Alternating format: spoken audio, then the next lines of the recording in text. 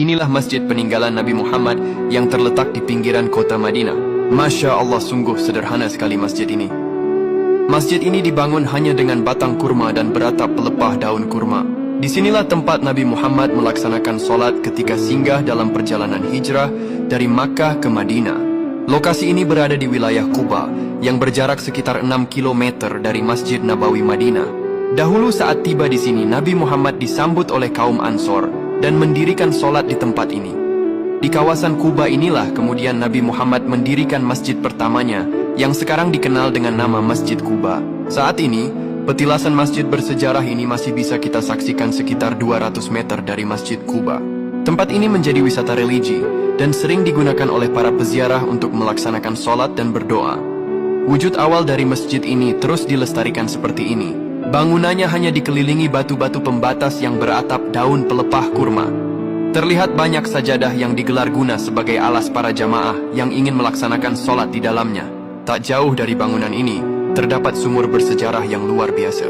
Inilah sumur ajaib yang tidak pernah kering sejak zaman Nabi Muhammad SAW. Dahulu Nabi Muhammad pernah memakai air sumur ini untuk berwudu, mandi, dan digunakan untuk minum. Sumur ini terlihat jernih dan menyegarkan. Ajaibnya, airnya tidak pernah kering meskipun berada di iklim panas dan daerah tandus. Inilah mata air pertama yang diminum Nabi Muhammad.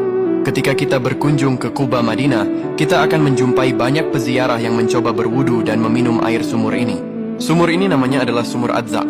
Alasan disebut sumur Adzaq adalah yaitu sebab di areal ini kedapatan gugusan hutan pohon kurma yang lebat, baik batang dan buahnya.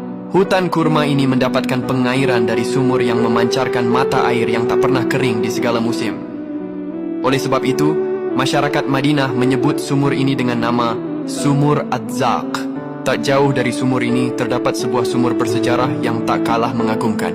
Inilah sumur bersejarah yang menyimpan cincin mulia Nabi Muhammad SAW. Sumur ini namanya adalah Sumur Al-Khotim. Di balik lantai yang tertutup rapat ini, ternyata dahulunya adalah sebuah sumur yang menyimpan cincin mulia Nabi Muhammad. Awalnya, dahulu Nabi Muhammad mewariskan cincin itu kepada sahabat Abu Bakar, kemudian turun kepada sahabat Umar, lalu yang terakhir berada di tangan sahabat Utsman.